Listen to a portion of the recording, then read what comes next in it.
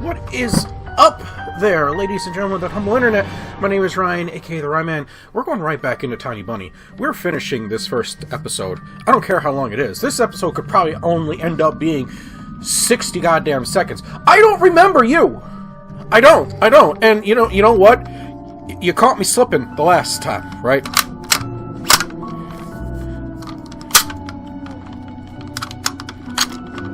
Not this time. This time we're ready. Ryan, what's it you just slowed up? You don't need to remember. You need to remember. You don't need to worry about that. Just know that we are ready for whatever furry thing decides they want to come jump. That decides they just want to come try and run up. I wish a gamer would. I can't really name this episode that I wish a gamer would. Excuse me.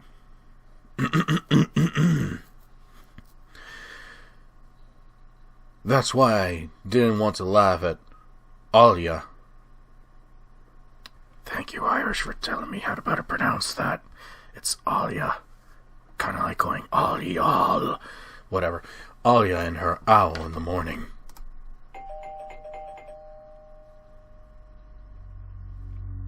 Who could be visiting us here in the middle of nowhere? Well, it's not really the middle of nowhere. We're part of a town, boy. We don't know anyone around here. Maybe it's the neighbors wishing to say hello. I know we're in Russia, but so persistent. They're probably selling Verizon. I felt extremely unsettled from just a silly thought that our morning guest could have come from the woods. I could barely hear voices coming from the front door. My mind was urging me to hide. In the closet. Under the table. Behind the curtains. Where Alia always hides. Tony, come here. I felt like kettlebells were tied to my feet, but I still dragged them towards the hallway. Oh, fuck me, it's KGB. A couple of policemen towered over me in the doorway. They smelled like frost and vodka. My mom always winced and grumbled the moment she saw patrol cars. Worse than bandits. Who the fuck is discording me at 4:50 a.m. in the morning? At that moment, though, she looked somewhat confused. Hello. The senior officer, who wore a grim expression, nodded. A boy had gone missing yesterday. His name was Volva. Look at this, please. Have you seen him? The policeman held out a photograph to me.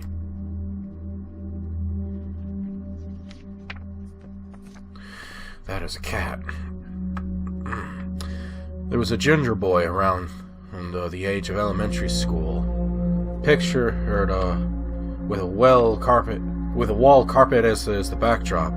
He held a striped cat in his hands and wore a wide smile. No, I haven't. Are you sure? Look closely. Where would I have seen him? I don't know anyone around here. I barely leave this house. Well, maybe you've seen him from the window. That's right. Your windows look straight at the forest, don't they? The window. No. I haven't seen anything that's not out of the ordinary for the woods in Russia. I see. He sounded tired, but his eyes, his stare, long and heavy, was full of suspicion. I squirmed unwittingly under the weight of guilt, which his giant shadow cast over me. The policeman finally tore his eyes from me and glanced over the hallway, the stairwell and the cracks in the ceiling, which I haven't noticed before for some reason. How do you like your new place, by the way? Getting used to it? Bit by bit. It's just our little daughter misses the city a lot. Misses the city, huh? Have the locals been treating you well? Yes, everything is alright, thank you. The policeman pierced through me one more time with his gray eyes. My head started spinning. Can I help you somehow? I asked that in a shaky voice to look like a polite boy and to end this unpleasant conversation sooner. Now that I think about it, you look just like one of my nephews, little fella. He's a witty boy around your age. Wears the same type of goggles. Always engrossed in reading those mystery novels. Told me he wants to enroll in police school when his family visited this summer. Wanted to help other people, just like me, see? I felt uncomfortable, as if a distant relative, not a police officer, stood before me. You know what? Little boys like you should stay at home. Steer away from trouble. The times have changed so much. Mom interjected in a cold voice. You don't say. Well then. What grade are you in, Tony boy? 6th. Have you made any friends here so far? Not yet. I'll be going to school for the first time after the break. Then. I'll leave you to my number, just in case. Call me if you have any new info. The policemen were gone along with their shadows, smell of cheap cologne, and a photo of a smiling boy. His face stood still before my eyes. I wonder what it was like for him, being all alone, there. For some reason, I thought of the forest, swaying in the wind. What did his poor parents feel? And what would my parents do if I'd gone missing? Would they cry and thrash around hysterically? Or would they accuse each other, like they always do, and forget about me eventually? Mom, this Volva, did he go missing in our forest? Seems like it, poor child. I looked out the window at the I'm sorry, okay. Not saying that I wouldn't live in the woods. Part of me actually wouldn't mind it. Either living in the woods or like just on the edge of the woods. It'd be cool. But if I looked out my window and that is what the woods outside my window had always looked like, I would have set up a 50 cal in the window, on the balcony, somewhere, pointed at the woods, just in case. Not that I don't do that already, but you know what I mean. The police UAZ drove off toward the village. The officer's nephew came to mind when I was splitting off the old paint from the windowsill. I remembered all the teenage mystery novels from the Black Kitty series I've read this summer.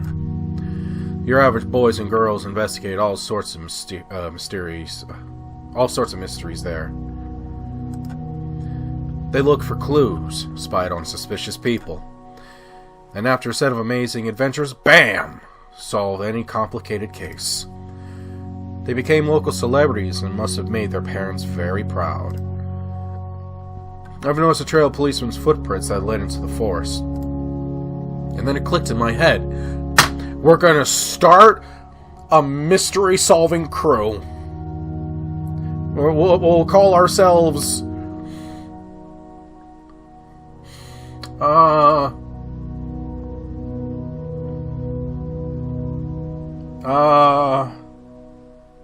Finding Ancient Gulag Squad. That's it.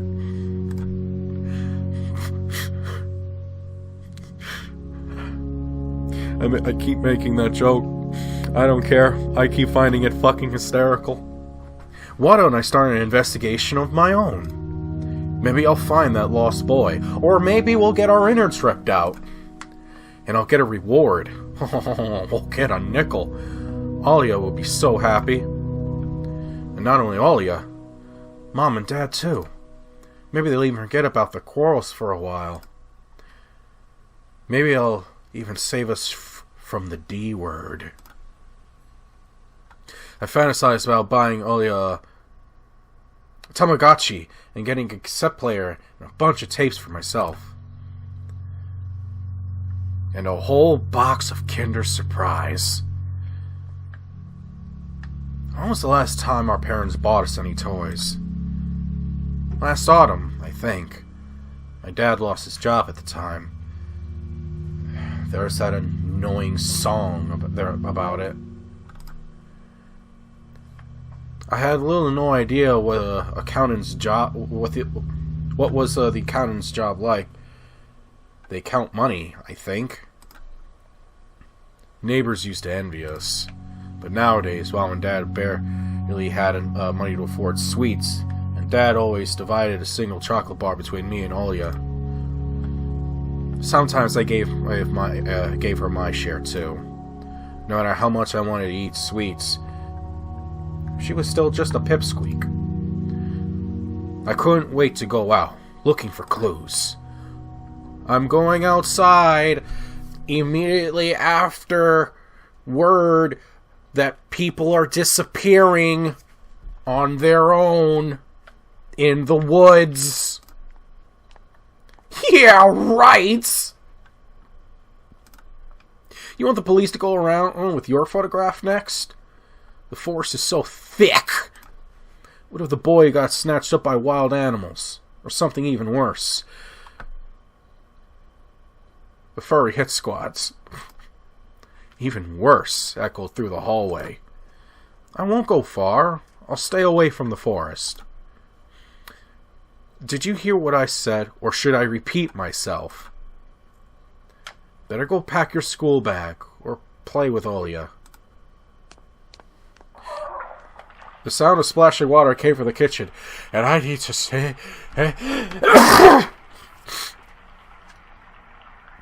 I apologize, I'm sorry. It meant that the argument was over and Mom had the last word. Bitch.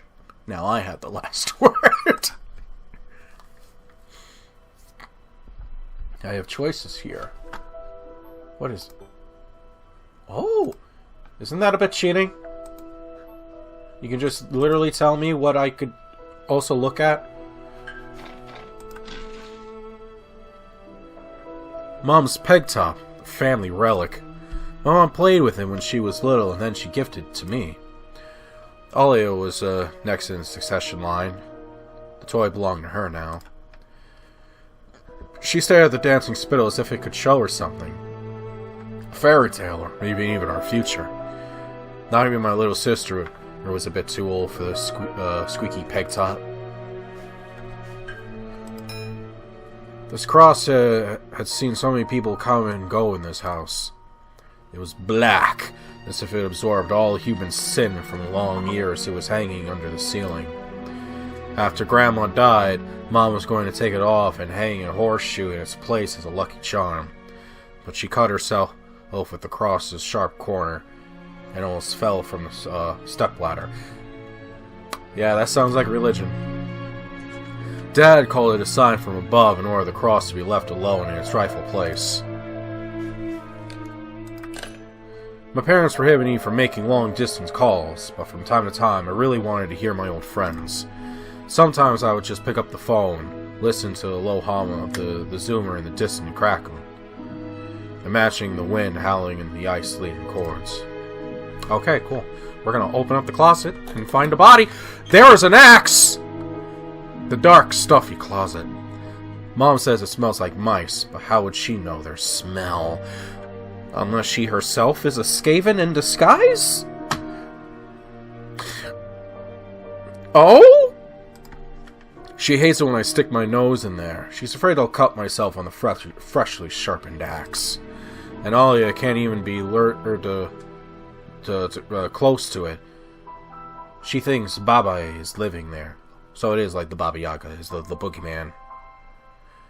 This is why we will give that little girl a gun and teach her to defend herself and be a true hunter.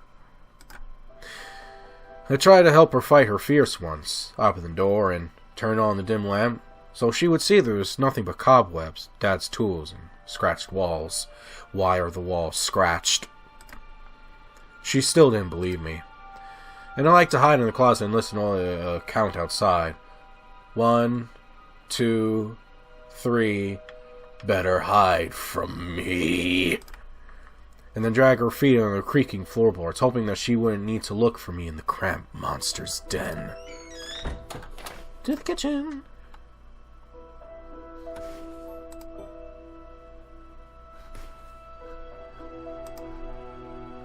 It was difficult to lie to Mom, but there was no other way for me to run away from home. Mom, something's wrong with the TV. The picture is dim and there are stripes all over the screen. Mom's face became visibly distorted. You're killing me here. So have you had enough with shooting those stupid ducks now? I told you the kinescope would go dim because of your console. Where will we find a TV technician in this hole, huh?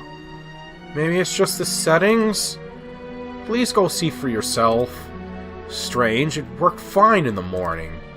Maybe the snowfall caused it? My mom rubbed her hands clean on her apron and went to Alia's room.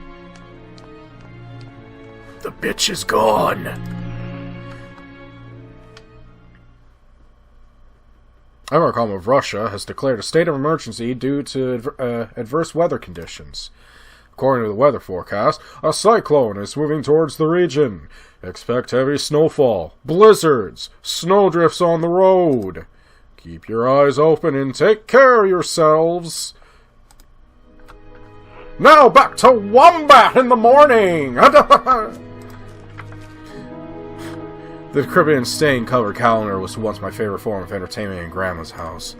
I remember waking up and running to the kitchen so I could tear off yesterday's leaf first thing in the morning, as if the coming day would get lost in the Taiga forest without my help. One day closer to New Year's. One day closer to Grandma's funeral. I haven't touched this calendar for years now. Since the time they started writing the dark and spooky death chants that only made me gloomy instead of funny proverbs and superstitions, to be exact. I grabbed the dusty calendar leaf with caution and tore it off effortlessly. Sadly, spooky descriptions from my childhood were still there. 7 horses carry the log.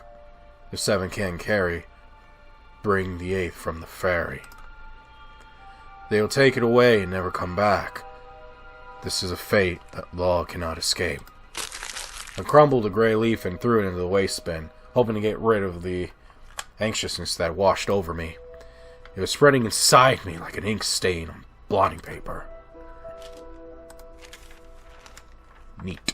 I took a peek at Mom's crossword. She would get very angry when someone gave her advice, so me and Dad faked knowing the answer and being able to reveal it all the time. I smiled at the fleeting thought. Vertical, 9 letters. The name of the Philistine deity that protected them from viper bites and had a nickname, the Lord of Flies.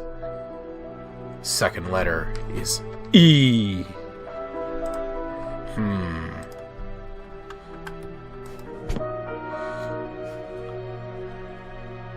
This is a very depressing refrigerator. Grandma kept ice cream for me and Alia here, but now I can see only meat bits for soup and clumped together pelemini. I grew to hate them already. Okay, I'm so glad we were here today. Anything else I'm missing? Nothing outside? Turn back? Nothing, nothing, nothing, nothing, nothing, nothing, nothing. Alright! It's time to run away from home. I opened the front gate and went out and went into the field. Carefully, so Mom wouldn't see me from the window. When I crossed half the distance towards the forest, the snow piles became as high as my knees. I remember my nightly fears. I don't need your fucking sass, crows of discontent. I saw the silhouettes around here. They were jumping around, holding hands. I think they were holding paws, but... The hypnotizing music started playing in my head all on its own.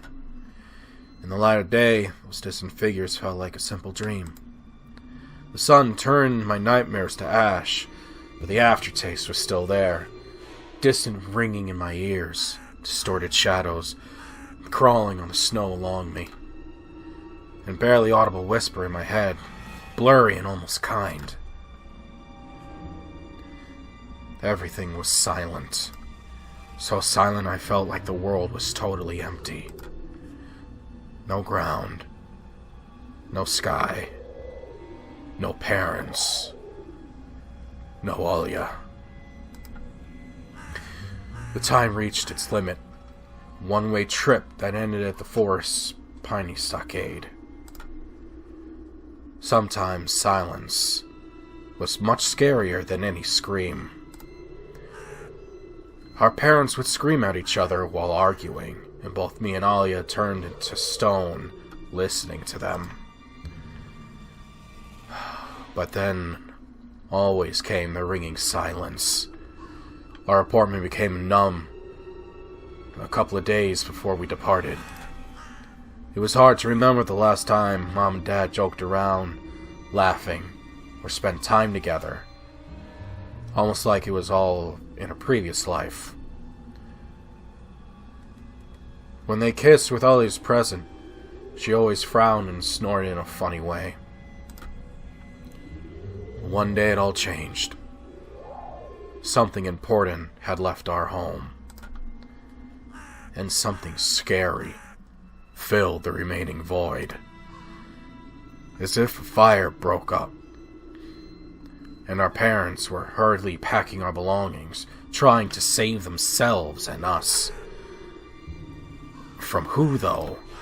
From the people with dead cold eyes who sometimes visit us in our previous home? The eyes that only saw balls of worms on the black ground and everything. And somewhere, far away, a siren was going off, trying to warn us of coming menace. Ellipses. I don't read Russian. I don't know what that fucking says. I'm gonna assume it's like Nike. Just fucking do it!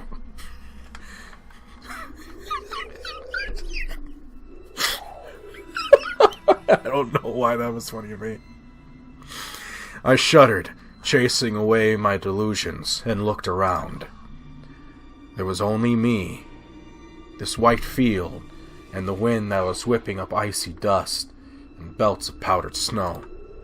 I squinted from the sun and turned my eyes to the sunless forest. It looked especially dark in contrast with the blinding whiteness. Knobby tree roots slithered under the snow like fat snakes. Rotten leaves and carnivorous needles froze into the ice. That is a glove. I do not love. Dry, prickly branches intertwined, bringing up uncomfortable thoughts about fences. Were they protecting the forest? Or were they keeping something from breaking out? Some object was hanging from one of the pointy branches. I tried to get closer, drowning in snow, and then I almost got to the edge of the forest. I saw a knitted mitten. It looked like a wounded bird among the hungering semi-dark. Should I take it to the police? The senior officer looked gloomy, but he still reminded me of the Captain Casanova from my favorite TV show called The Streets of Broken Lights. He also was always anxious, with a tired look in his eyes, but still brave and strong. Will this Midden help them find the lost boy? Vova! I heard a distant shout, like it came from the river. Vova! As if the trees were calling out to someone. Vova resounded closer to me. Someone was standing there, behind the trees, hiding. Vova! I knew someone was looking for the lost boy, but still, something was unsettling about that figure. What fucking figure? Its stillness, how it was bent unnaturally toward the ground. Where are you fucking... The sheet's coming off. It's blackness.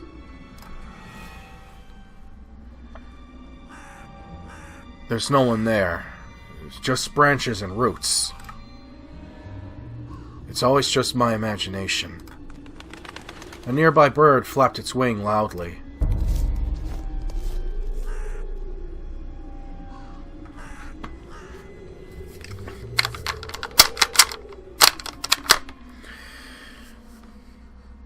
Bring it. Ryan, you gotta stop loading weapons every time you think there's danger. No.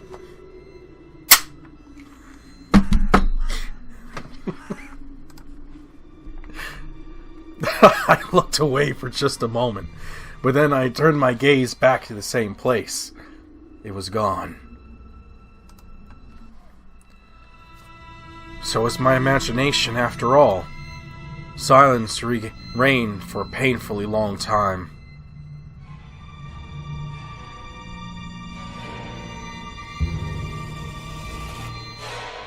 Jesus Christ, I've never had a more terrifying pan of goddamn woods and nothingness. We're not in Dreamland, so I'm gonna put the one rifle away for now. For now. My muscles were tightly sprung. My heart was beating somewhere in my throat.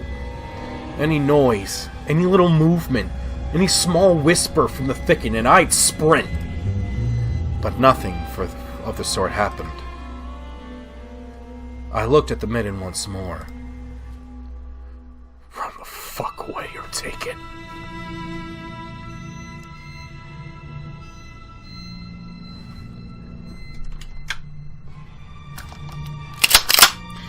Let's fucking go!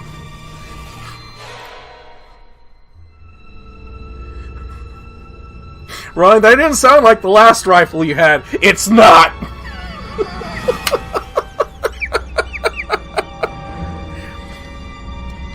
Have something for every situation, everybody!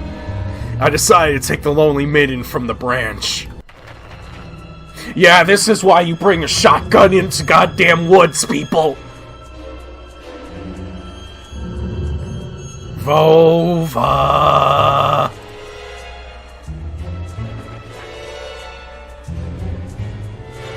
A shout rumbled across the field and dissolved into the distance.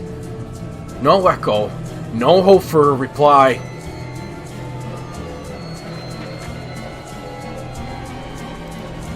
I stepped towards the bristly trees and try to claim my find. It didn't budge. It now budged. I pulled harder. The branch. Calm down with the fucking music! I pulled harder. The branch cracked and the Midden tore off, landing in my hand with squishy sounds. All too heavy. Wet. I squeezed it without thinking, and something dark spilled from it, forming a tiny string between the Midden and the snow. Steam rose from the pile. That's usually fresh kills!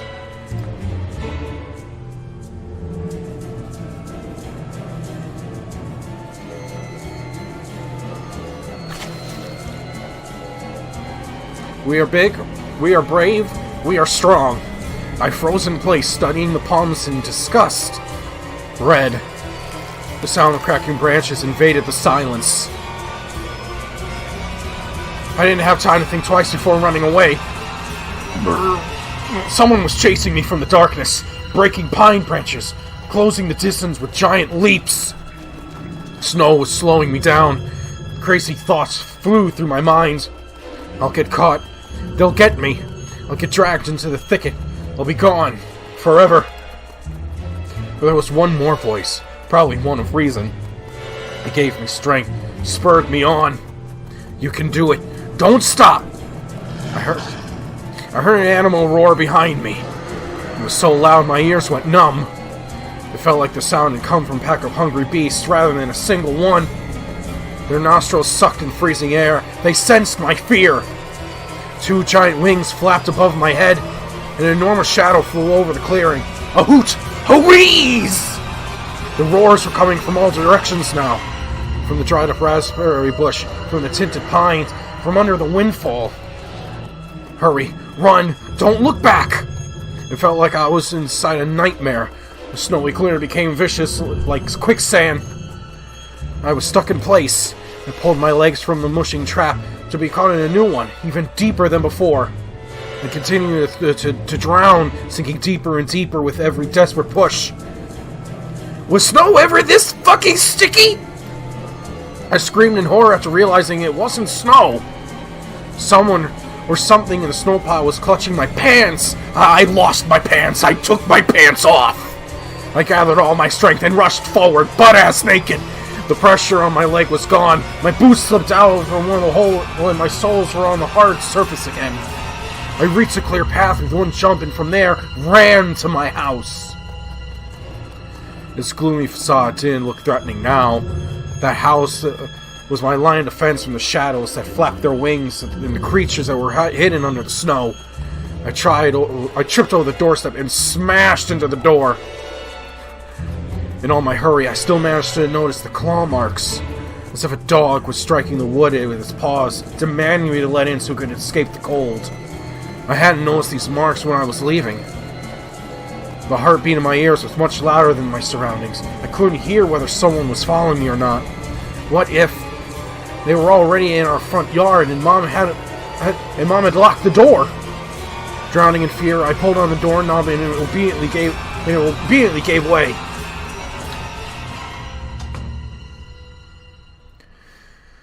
I rolled into the hallway and shut the door behind me. You can actually hear the growls.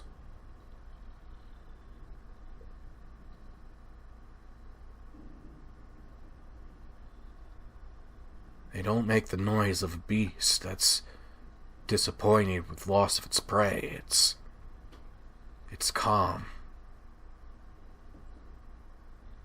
Patient.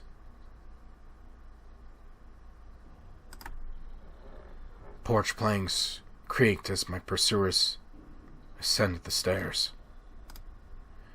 My finger slipped off the lock and I couldn't click it into place.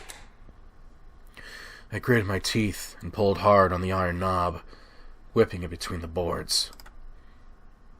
I stared blankly at the door. Something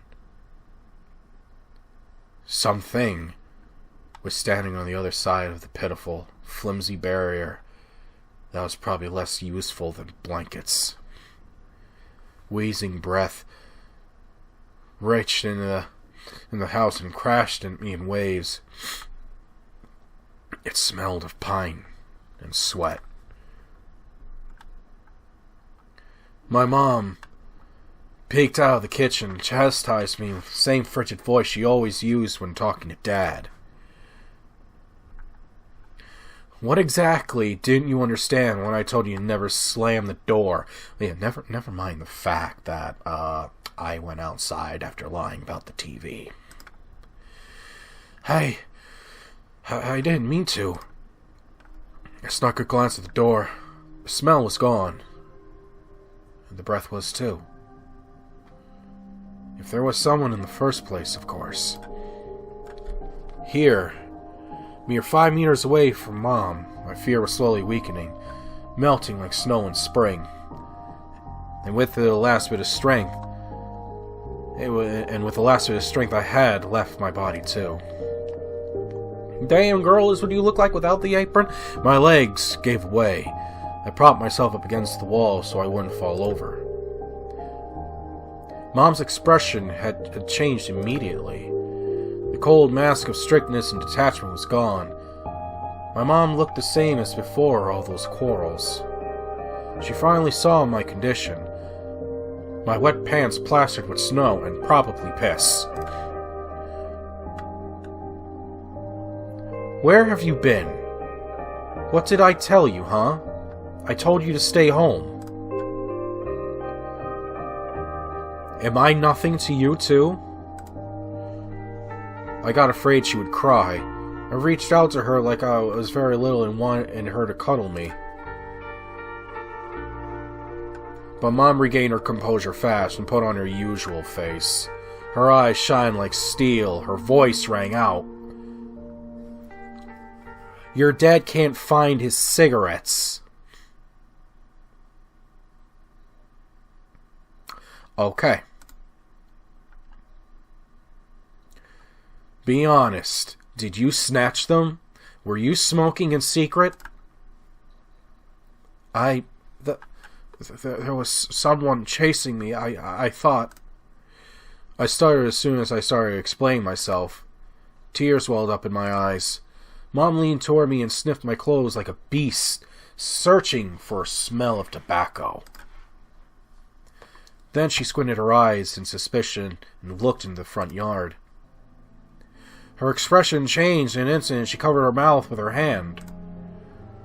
Look over there. At the fence. My heart started thumping as if it became prey once again and my pursuers were following me in the field. I could swear that I heard something scratch at the door, just like in my nightmare. Mom beckoned me with her finger and I gathered all my remaining bravery to look into the kitchen window facing my fear. I could barely discern some hairy silhouettes swimming in the snow through the icy winter patterns on the glass. Dogs.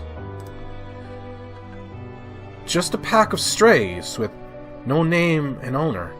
Barely reminding me of hungry monsters that live in the edge of the forest. Dude, wild dogs are no joke. You know your dogs will eventually just go feral like fucking wolves, right? Because that's essentially what they are. We're living with domesticated wolves. Yeah, if that's what was actually chasing us, if these fellas were actually fucking starving enough, they would have torn us apart like fucking Joseph from the start of Resident Evil. Oh boy, were you scared of them? I think they'd rather be scared of you, Anton. They were chasing me. Like a tiny bunny! Roll the fucking credits. And what if they were rabid? The smile had slowly disappeared from Mom's face. Now she looked at the dogs as if it was her first time seeing them. What if they attack Alya? Huh? I wish your dad could just shoot them all. Mom, look. They're alive. Huh? What? Are they your friend or foe, after all? Make up your mind. You're not a little kid anymore. Mom sighed in annoyance, and I felt so bitter that I bit my lower lip and fixed my gaze on the cobweb-ridden corner. Well, some detective I am. In reality, I wasn't risking my life among monsters, but rather my pants among a pack of stupid strays. And what for? What use did I have for this? Mitten. Of course! The darkened, sticky minute that belonged to the lost boy made a squishy sound in my hand. Seems like I was clutching it the whole time. That's my trump card as a detective. I heard to present this clue to my mom. Oh, yeah, cool. Mom, look, this is Volva's mitten. That boy the police were asking about in the morning. It's drenched in blood. I found it hanging on the tree. I can show where.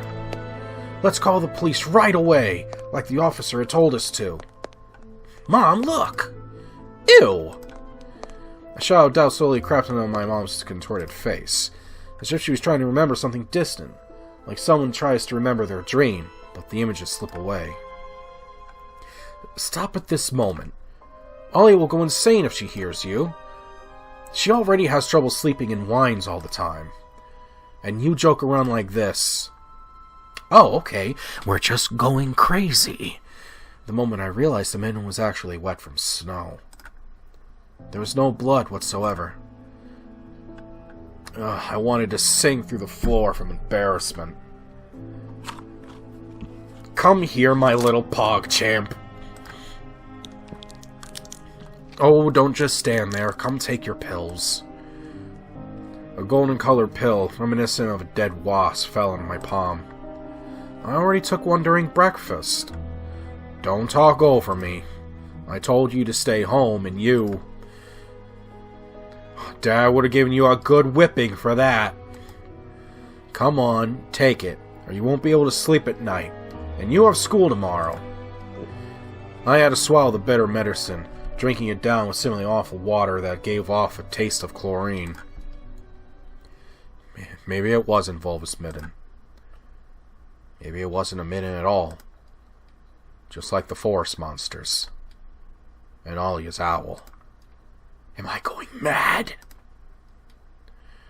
What's happening to me?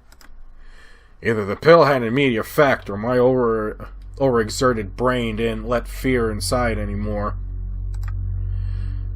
Serenity washed over me, bringing yawny indifference along with it. Anton, you done? See, you can do it when you try. Take off your coat. Are you asleep?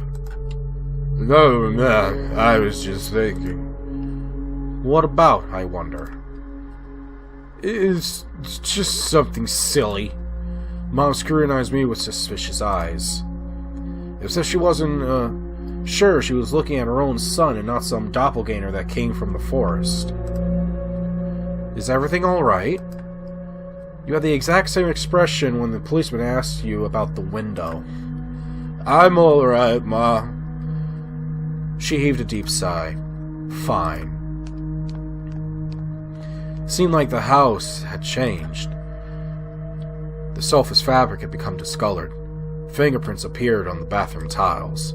The light bulbs also felt different, dimmer, and yellower. Even the saliva inside my mouth had a different taste.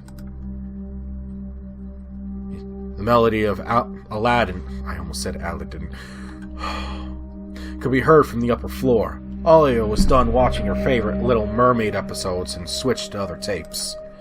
I slowly changed into my home clothes, stopped before the sink and studied my reflection in the mirror, like I was trying to solve one of those spot the difference puzzles. Then I went upstairs. Jafar and Luggo's voices died down.